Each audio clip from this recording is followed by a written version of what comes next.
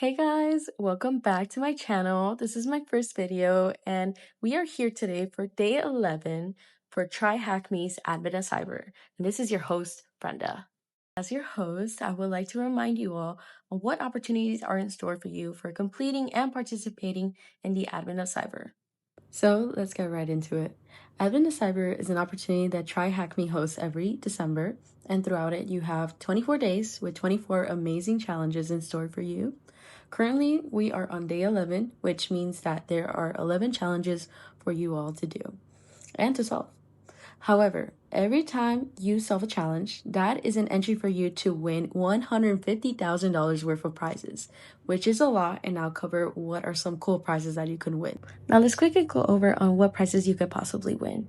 You have MacBooks, monitors, Flipper Zeros, DEF CON tickets, TryHackMe subscription, and even some certifications that you can earn through them as well.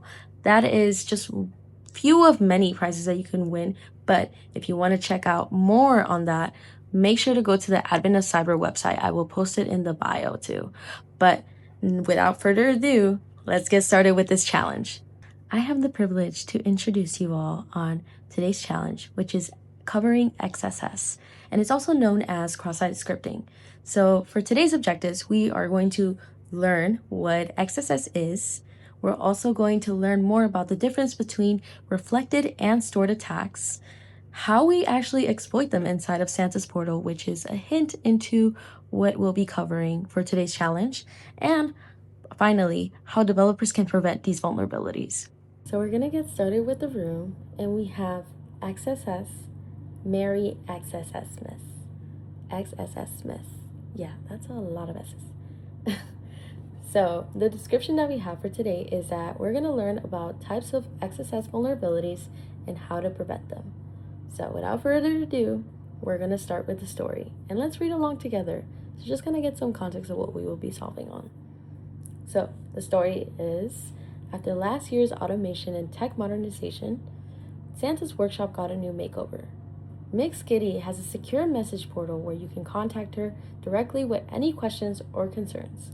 However, lately the logs have been lighting up with unusual activity ranging from odd messages to suspicious search terms. Even Santa's letters appear to be scripts or random code. Your mission, which is our mission together, we are going to dig through the logs, uncover the mischief, and figure out who's trying to mess with Miss Kitty. So let's get right into the learning objectives that we have for today, which is understanding how XSS works and learn how to prevent those XSS attacks. Now we're gonna go and connect to the machine, and we have here where we need to set up our virtual environment. So first off, we're gonna start with the target machine.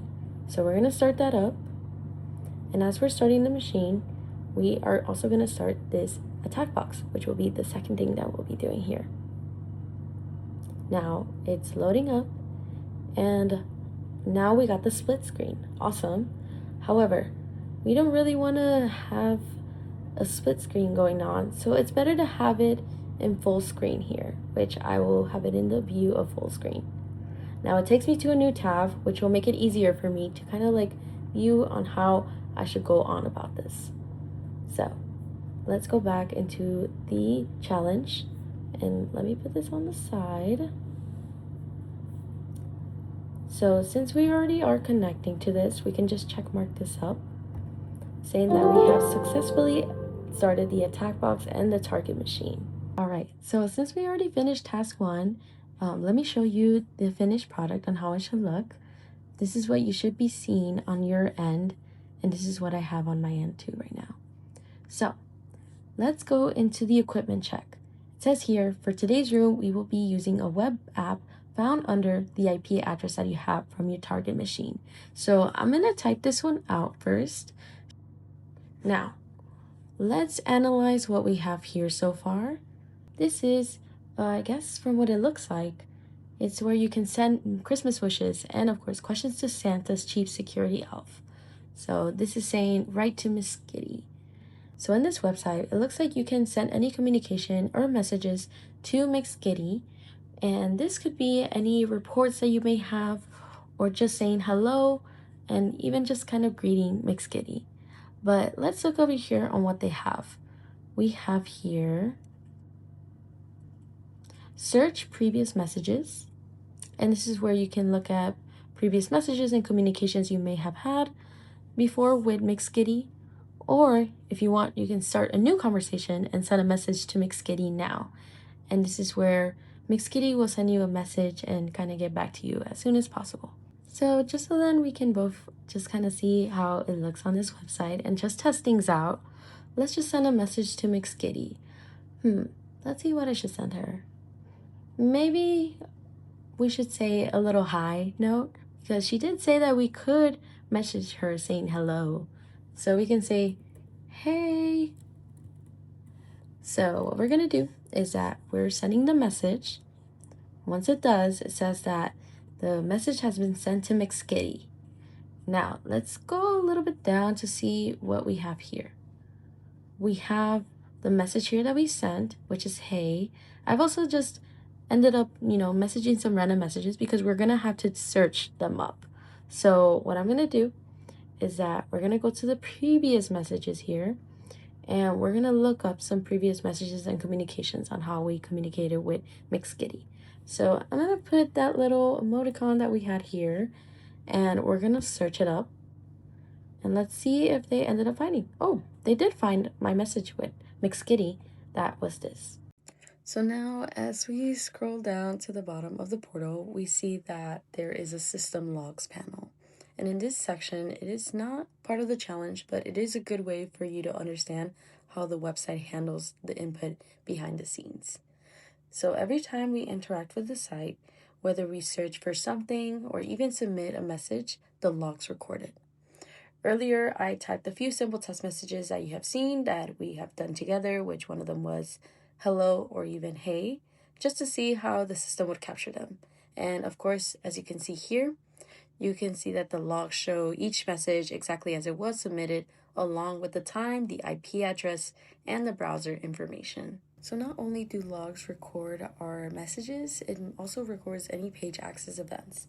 So if we perform a search or even reload the message page, the system logs the URL, the query parameters, and the device itself making the request. This is helpful for testing because it allows us to see what the server actually receives from there.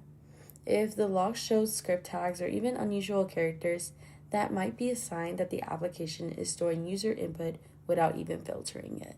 So looking at logs like this is a good practice and important habit when it comes to testing web applications. It gives us insight into how backend processes our actions, how it even stores data, and whether if it's vulnerable to issues like XSS. Even though we are just experimenting in a safe environment, the way that these logs behave is very similar to how real-world systems track activity and how it helps us understand why proper input handling is very important to us. So before we get on the hands-on challenge, I would like to make sure that you all understand what XSS is and why it often shows up in web applications. So I know that in TryHackMe, you see a description here on what XSS is, and of course the types of attacks that XSS has. But I'm just gonna quickly just go over it on a little summary here. So let's get that started. And now we're gonna focus on two main XSS attacks. We have reflected XSS and the stored XSS. Let's first cover up the reflected XSS. So this happens when the server takes user input from a request and then sends it back in a response without cleaning it. In the TryHackMe search bar that you see there as the example shows this as well. And in the example, when you search for the gift, the site outputs you search for gift.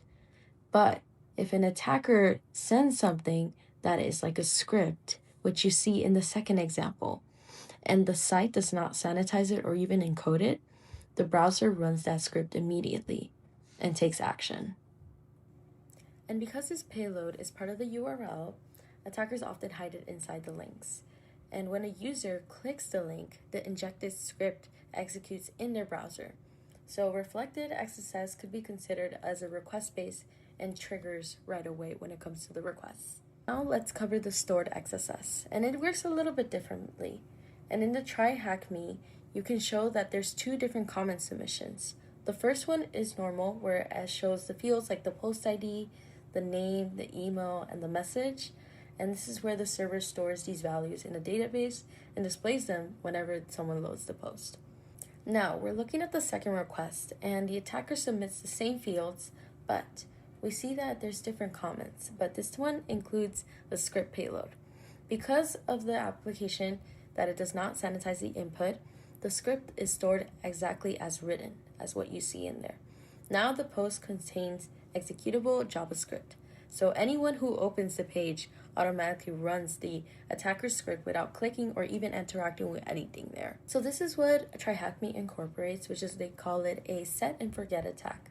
So once the attacker posts a payload and it stays in a database, every visitor is exposed as long as that script remains stored. This is why stored XSS has a larger impact, and it also affects every user who loads in the compromised content. You can see how this becomes very serious in very large platforms. If a social media site or even a forum fails to sanitize these comments, one malicious post can affect thousands of many users. Past vulnerabilities have even been allowed in comment sections to trigger self-spreading XSSs, and where every user who loads the page unknowingly helps propagate the payload. So now that we know the two attack types in XSS, we can move on into how developers can prevent them, which TryHackMe lists the resources here, but I would like to explain to you in depth into how it works. So let's go over the first protection, and it's avoiding unsafe rendering methods. So the reading mentions that go into inner HTML as an example of a dangerous function is because it lets into the browser to interpret user input as HTML and JavaScript. A safer option would be text content, since it forces the browser to treat the input as plain text. This prevents script text to being executed. Now, our second one is that we have securing cookies, and that is so JavaScript does not access them itself. We have attackers who use XSS to steal session cookies, and by setting the right cookie flags, such as HTTP only or same site, developers can block scripts from reading or even manipulating these session tokens. And now let's go on to our third protection, which is sanitizing and encoding user input and output. Sanitizing these strips out dangerous elements like script tags or even event handlers. Encoding turn symbols like angle brackets to safe characters. The browser treats the text instead of code. Websites that accept comments, reviews, messages must sanitize everything before storing or even displaying it.